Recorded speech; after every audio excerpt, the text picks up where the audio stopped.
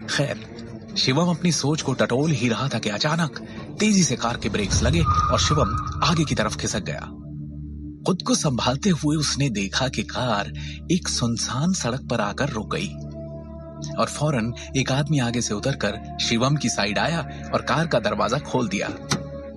चौंकते हुए उसने उस आदमी की तरफ देखा और हजारों सवालों में से वो एक सवाल पूछने का मन बनाने लगा कि इतने में वो आदमी बोल पड़ा। पहले ही कह चुका हूं मैं आपको कि नैप या आपके साथ कुछ भी गलत करने की मैं सोच भी नहीं सकता। सर को ये कभी पसंद नहीं आएगा।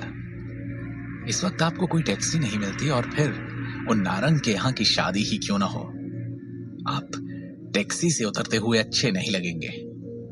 बड़ी गाड़ी से उतरकर वहां एंट्री मारना आपको सूट करता है।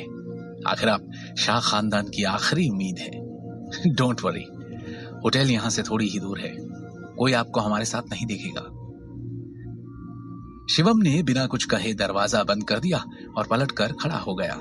कार तेजी से वहां से निकल गई और तब उसने अपनी जेब से निकालकर सिगरेट जलाई और सड़क की दूसरी तरफ मुड़कर चलने लगा। चलते हुए अतीत के गहरे राज उसकी आंखों के सामने नाचने लगे। सिगरेट के हर कश के साथ वो दर्द और वो जहन से कभी ना मिटने वाली भयानक सच्चाई उसके अंदर घूम घूम कर धुएं के साथ बाहर निकल रही थी। एक कुटिल मुस्कान के साथ उसके मुंह से फिर निकल पड़ा, शाह खानदान। और वो सोच के समंदर में डुबकियां मारते हुए सा हो गया। पूरी दुनिया में शाह खानदान का रुतबा गौर करने वाला है। नाम, शान, शौकत और दौलत की कोई कमी नहीं है उस परिवार में, जिसके मुखिया थे शिवम वर्धन शाह। गुजरात के सूरत शहर का एक छोटा सा व्यापारी जिसने दिल्ली आकर अपनी जड़ें जमाई और देखते ही देखते बिजनेस की दुनिया में राज करने लगा। और उनके घर जब उनका सबसे पहला पोता हुआ तो शोहरत की परंपरा को पोते का नाम रखा गया शिवम शाह। कहा जा सकता है कि शिवम उसी वैभव और इज्जत का हकदार बन सकता था। जन्म से ही उसकी किस्मत में एक बड़ा आदमी बनकर रुतबे से रहने की आदि होनी चाहिए थी, लेकिन ऐसा कुछ नहीं हुआ। क्योंकि बात कुछ ऐसी थी कि शिवम वर्धन के दूसरे बेटे भावेश, जो शिवम के पिता भी थे, उन्हें एक दूसरी औरत अंजलि की तरफ आकर्षण हो गया। और शिवम जब 14 साल का था तब भावेश ने एक साथ कई गलत फैसले ले डाले। अपने बड़े भाई भौतिक और छोटे भाई भूषण से वो शिवम वर्धन की सत्ता की राजगद्दी के लिए तो लड़ ही रहे थे, लेकिन उसके साथ साथ उन्होंने शिवम की मां मृणाल को तलाक भी दे दिया और शादी करके अंजलि को घर ले आए। मृणाल को उस तलाक से ज्यादा दुख इस बात का था कि पूरी जिंदगी उसने भावेश का साथ दिया, उसके साथ कदम से कदम मिलाकर खड़ी रही। यही नहीं, जब बीच में बिजनेस को गहरा धक्का लगा था तब उस गरीबी और परेशानी के दिनों में भी उसने भावेश का हाथ और साथ कभी नहीं छोड़ा था।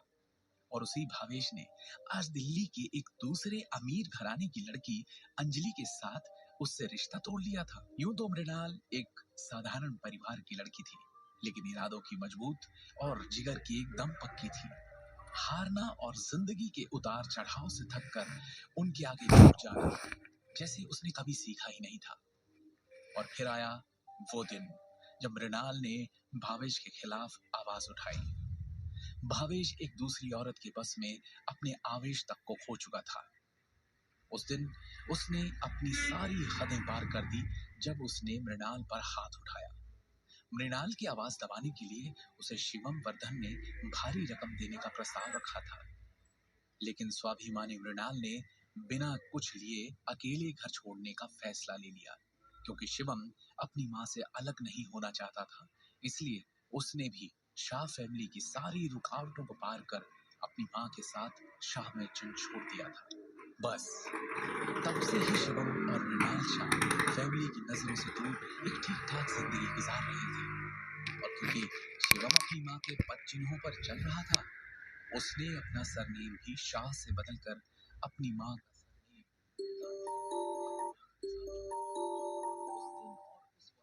बीते पूरे 10 साल हो चुके हैं। 3 साल पहले कैंसर की वजह से मृणाल ने भी दम तोड़ दिया। शिवम ने तो जैसे मान लिया था कि उसे उस दर्दनाक याद का सामना फिर कभी नहीं करना पड़ेगा। लेकिन उसने सोचा नहीं था कि शाह फैमिली उसे इतनी जल्दी खोज निकालेगी। पर क्यों? आखिर क्यों? ऐसा क्या चल रहा है उस परिवार में? इतना बड़ा शक्तिशाली और राजनीतिक कनेक्शंस वाले परिवार को आखिर इतने साल बाद अब शिवम की क्या जरूरत पड़ गई? क्यों सर, मतलब भावेश शाह अब शिवम को वापस शाह फैमिली का हिस्सा बनाकर शाह मेंशन में लाना चाहते हैं? ये सवाल उसके अंदर तूफान मचा ही रहे थे कि उसने देखा उसकी सिगरेट खत्म हो चुकी है। आखिरी कश खींचकर उसने सिगरेट फेंकी, जूते से कुचली और उसके साथ ही शाह फैमिली से संबंधित कोई भी ख्याल अपने पांव के नीचे मसल दिया और सड़क के दाहिने मोड़ से घूमकर चाणक्यपुरी के आईटीसी मौर्य होटल की तरफ तेजी से कदम बढ़ाने लगा। आईटीसी मौर्य में आज नारंग परिवार के सबसे बड़े बेटे की इकलौती बेटी तानिया नारंग की शादी है। माहौल बड़ा है और ये मौका भी, क्योंकि तानिया की शादी होने जा रही है शहर के एक और मशहूर और प्रभावशाली परिवार सिद्धार्थ से। शहर में बहुत कम मौके ऐसे होते हैं जब इतना बड़ा और विशाल गठबंधन देखने को मिलता है। अब क्योंकि ये दिन और ये शादी इतनी अहम है, तो शहर के सब बड़े बड़े प्रभावशाली लोगों को यहाँ बुलाया गया है। बड़े बड़े इंडस्ट्रियलिस्ट, बिजनेसमैन, नेता, अभिनेता, बहुत से खास लोग आज यहाँ पहुंचने वाले हैं और उन्हीं के बीच होने वाले हैं नारंगी फैमिली के लोग भी, जिनके साथ शिवम का एक गहरा रिश्ता जुड़ चुका है। वरना आज के वक्त में शिवम का जो स्टेटस है, उसके साथ वो आईटीसी मौर्य जैसे भव्य होटल में कदम रखने की सपने में सोच भी नहीं सकता था। लेकिन क्या ऐसा रिश्ता था शिवम का नारंग परिवार के साथ? कौन है ये नारंग जिनके साथ शिवम के होने पर शाह फैमिली को दिक्कत है? क्यों है शिवम इन लोगों के साथ? इन सब गुत्थियों और पहेलियों का जवाब बनकर खड़ी है दृष्टि होटल के बाहर। ख्यालों में खोए शिवम को पता ही नहीं चला कि कब उसे चलते हुए 15 मिनट हो गए और कब वो उस भव्य और विशाल होटल के सुनहरे दरवाजे के सामने आ पहुंचा, जहां एक सुंदर सी संगमरमर की तरह फुर्सत से तराशी हुई छरहरा बदन लिए और हल्के नीले रंग का स्टाइलिश सा गाउन पहने एक 22 वर्षीय लड़की खड़ी उसकी तरफ निरुत्सुक नजरों से देख रही है। शिवम उस तक चलकर गया और एक साधारण स्वर में उसने कहा, अच्छी लग रही हो। दृष्टि ने एक पल के लिए उसकी तरफ देखा और फिर नजरें घुमा ली। वो इधर उधर देखने लगी कि और कौन कौन आ रहा है शादी में, और शिवम दृष्टि की बेचैनी को देख और समझने लगा। दृष्टि को देखकर उसे वो दिन याद आ गया जिस दिन उन दोनों की शादी हुई थी। ये खूबसूरत लड़की है शिवम गांधी की पत्नी दृष्टि नारंग। उस दिन भी दृष्टि उतनी ही खिल रही थी जितनी की आज, बस कारा न लगे। करीब 2 साल पहले शिवम की शादी दृष्टि से हुई थी और वो नारंग फैमिली का हिस्सा बना। और इस शादी का पूरा दारोमदार था नारंग ग्रुप ऑफ ज्वेलर्स की नींव रखने वाले और दृष्टि के दादाजी भवानी नारंग के ऊपर। घटना की तरह याद रखी जाने वाली ये शादी जब हुई थी, तब दिल्ली के सारे बड़े बड़े लोगों और पावरफुल परिवारों में खलबली मच गई थी। सोचने वाली बात है कि एक वक्त पर दृष्टि की खूबसूरती के किस्से पूरी दिल्ली में मशहूर थे। उसके दादा के पैसों के लालच में तो कोई भी कर लेता उससे शादी, लेकिन सिर्फ उसकी सुंदरता के ही कई दीवाने थे। दिल्ली के बड़े अमीर और नामी गिरामी घरानों से उसके लिए शादी के रिश्ते आ रहे थे, जो आपस में इस होड़ में थे कि कौन बनेगा ऐसी बला की सुंदर लड़की का अधिकर्ता। लेकिन उसकी शादी उसके दादा की मर्जी पर करवा दी गई, एक मामूली और साधारण से लड़के शिवम से। बाकी सबकी छोड़ भी दें तो खुद दृष्टि भी इस गठबंधन से खुश नहीं थी। शादी के सारे रीति रिवाजों में बस वो शरीर से ही मौजूद थी, लेकिन उसका दिल और मन कभी भी इस रिश्ते को मानने के लिए राजी नहीं था। और शायद यही कारण है कि शादी के बाद भी शिवम और दृष्टि में कभी भी पति पत्नी का रिश्ता या संबंध स्थापित नहीं हो पाया। 2 साल बीत चुके हैं, लेकिन ना तो दृष्टि ना ही उसके परिवार वाले कभी ये समझ पाए कि आखिर भवानी नारंग ने ये रिश्ता जोड़ा तो जोड़ा क्यों। जानते भी कैसे? क्योंकि ये राज तो सिर्फ और सिर्फ दो ही लोगों को पता था, एक भवानी नारंग और दूसरा शिवम। बस ये दो ही राजदार थे इसके। एक गहरा राज था जो कारण बना था इस जोड़ी का। और 1 साल पहले जब भवानी नारंग का स्वर्गवास हुआ, उसके बाद अब सिर्फ और सिर्फ एक ही वजह है, शिवम, जो जानता है इस रिश्ते का असली सच। दृष्टि को हमेशा ये मलाल था कि उसके दादा ने कभी नहीं बताया उसे आखिर क्यों कर दिया था उन्होंने उसकी जिंदगी का इतना बड़ा फैसला उससे पूछे और उसकी मर्जी के बिना। भवानी नारंग के जाने के बाद दृष्टि तो इन सवालों से जूझ ही रही थी, लेकिन उसके परिवार में एक बड़ी उथल पुथल मच गई थी।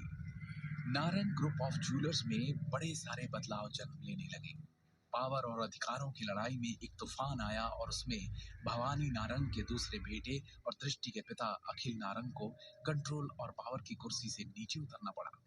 कंपनी के शेयर्स में से बाकी दो भाइयों ने अखिल को कुछ ना देने का फैसला किया और फिर धीरे धीरे नारंग अपनी कंपनी में और बाकी दोनों भाइयों के परिवार की तुलना में अखिल के परिवार का होल्ड और प्रभाव कम होता गया। इसका कारण शिवम बिल्कुल भी नहीं था, लेकिन फिर भी दृष्टि के पिता अखिल और उसकी माँ सिमी हमेशा उसे नीची नजरों से देखते थे। शिवम तो सिर्फ भवानी नारंग के जोड़े हुए रिश्ते निभा रहा था, लेकिन उसके सास ससुर हमेशा उसे नकारा समझते थे। ना उसके परिवार का पता ठिकाना था, ना ही कोई जमा पूंजी। ऐसे में वो कैसे खरा उतरता नारंग परिवार के बाकी दामादों की तुलना में। वो इज्जत, वो रुतबा जिसकी उम्मीद शिवम ने कभी नहीं की थी, लेकिन जो उसे यहाँ मिलनी चाहिए थी, वो उसके हिस्से में नारंग फैमिली में कभी नहीं आई।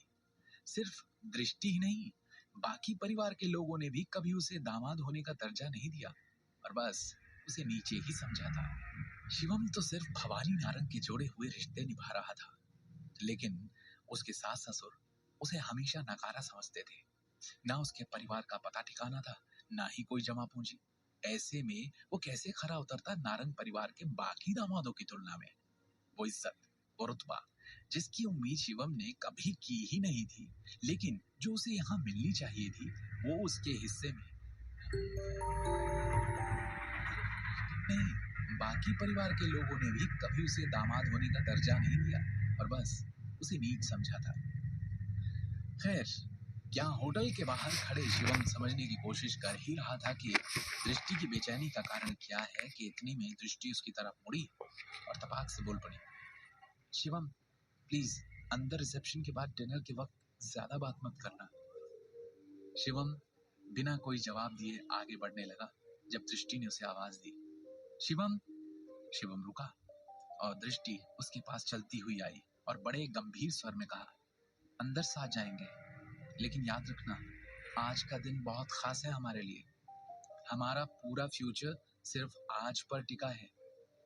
अंदर मैं कुछ ऐसा करने वाली हूँ जिसके बारे में किसी ने कभी सोचा भी नहीं होगा। शिवम ने हाँ में सिर हिलाते हुए धीरे से कहा, जानता हूँ। और वो दोनों अंदर की तरफ बढ़ने लगे। शिवम जानता था कि दृष्टि आज क्या करने वाली है और क्यों। क्या चल रहा है दृष्टि के अंदर, क्या करने वाली है वो आज, क्या राज है जिसके कारण शिवम और दृष्टि की शादी करवाई गई थी। आगे की कहानी जानने के लिए सुनते रहिए Shivam the hidden warrior, only on pocket FM.